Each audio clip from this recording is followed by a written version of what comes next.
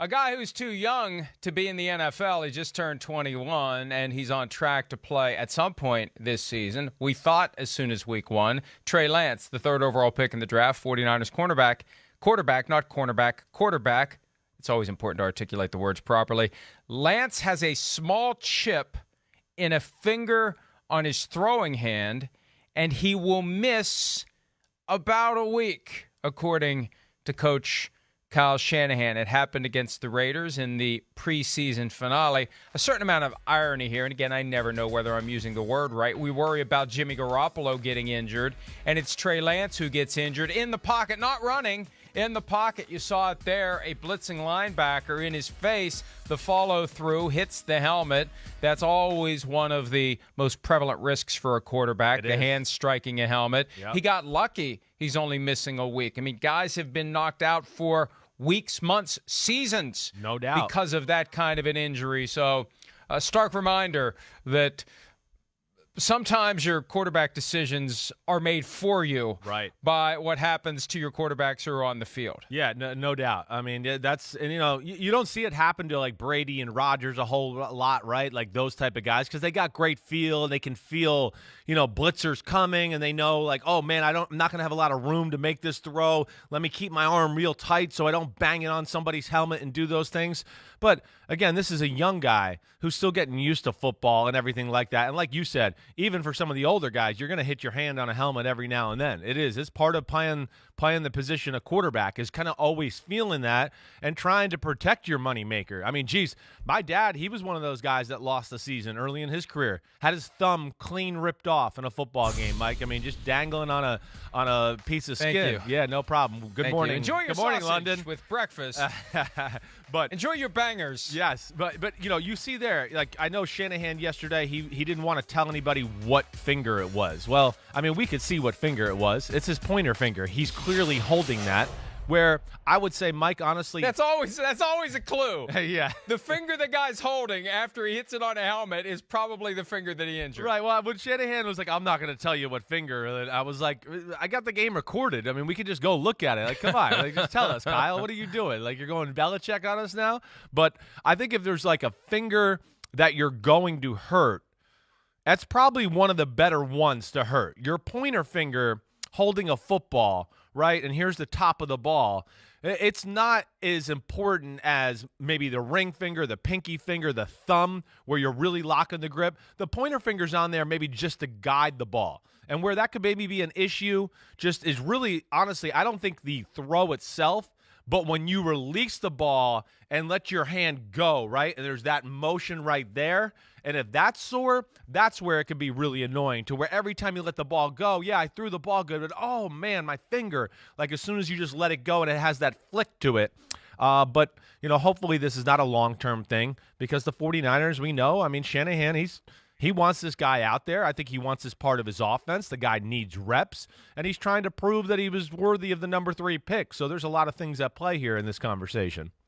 Just has to be maddening for Kyle Shanahan, infuriating to have some stupid little thing like that happen. You make a good point, though, about the experienced quarterbacks. It's part of what you develop over time. Right. You understand what you can get away with. You understand when you have time to throw the ball and not have your hand strike an opponent on the follow-through, helmet, shoulder pads, anywhere. But, of course, the helmet is the last thing you want to hit when your hand is going full speed as you follow through after throwing a ball. The most experienced quarterbacks know what they can get away with. And my guess is some of the younger guys already have that instinctively. You see Trey Mahomes, Lance, he can do it. Right.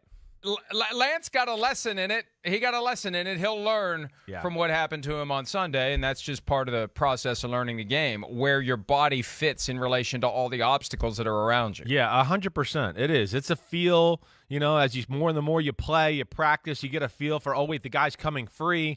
I really got to, set my feet quick, do something to make the throw. And, yeah, I'm not going to have that space. But I will say this, those are going to be adjustments he has to make. There's no doubt about it. He is a little bit of a space thrower anyways. That's something I talked about during the breakdown in the draft and things like that. He's not always necessarily the guy. He's got a quick release, and we know he has a powerful arm. But the motion itself lends itself to his arm getting way out in front. I mean, anybody who watches Trey Lance do pregame warm-ups, throwing the football at all, anything, the motion is a very over the top, and then he does this, and he brings his arm back almost every throw, if anybody watches him in pregame or anything like that. So that might be something he might have to tinker and toy with a little bit, because that the way he does release the ball is going to lend himself a little bit more maybe than the Mahomes, the Allens, the Rodgers, who come around more like we talk about throwing the football.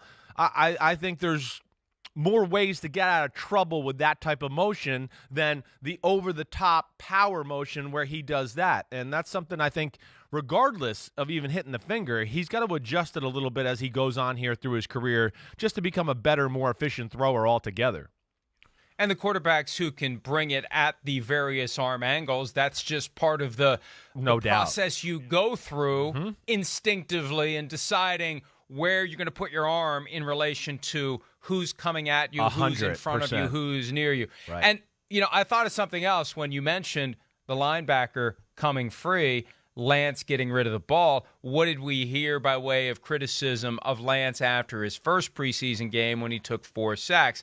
Got to pick up your hot reads on a blitz, got to get rid of the ball. Right. So, to a certain extent, Kyle coached him into that injury. I'm not being critical. I'm just saying that's what happens when you tell a guy you got to get rid of the ball. When a blitzer is coming at you, you got to find your read and you got to get rid of it. He did. Yeah. He did. The problem is that may have been an example where you just take the sack. If you can't get rid of the ball without banging your hand on the guy's helmet, go ahead and take the sack. Yeah, sure.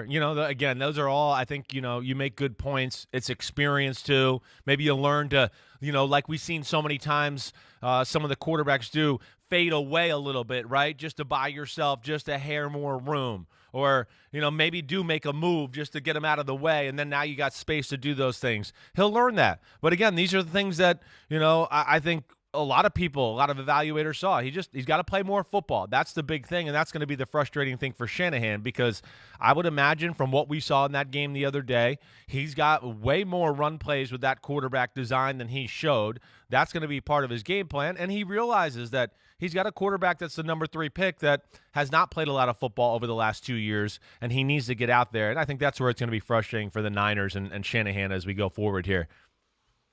I think experience is even more important for Trey Lance because he's coming from North Dakota State. He's coming from the FCS level, which used to be 1AA. Right. So the defenders are much faster. No doubt. Much more sudden. They're on top of you like they've never been before. Your physical skills aren't at a level so much higher than the guys who are chasing you around. You got to get used to that, too. Definitely, You've got guys who are on you like they've never been on you before. 100%. Those are all things that I think are, part of this learning process, especially for him, for all the points that you just brought up there, too. Added, Mike, to you talk about the FCS 1AA thing, right? They played a style of football that was kind of run first football, and then he would, make a big throw or a big run or anything like that. And then, hey, let's not forget last year, he didn't even play football. They played 1 game. So I think all the things you said, the things I say right there, he's out of all the quarterbacks that were drafted in the first round, he's the guy that needs to be out there and see the live bullets and keep playing a little bit more football. Because, right now he's a great athlete with a strong arm, right? He's you've heard me say that before. He's not a quarterback who's a great athlete right now. He's an athlete who's playing quarterback to me. And hopefully he can make that transition as we go on here during the season. Hi, I'm Mike Tirico, and thanks for watching. Make sure to hit subscribe for the latest news and highlights from NBC Sports.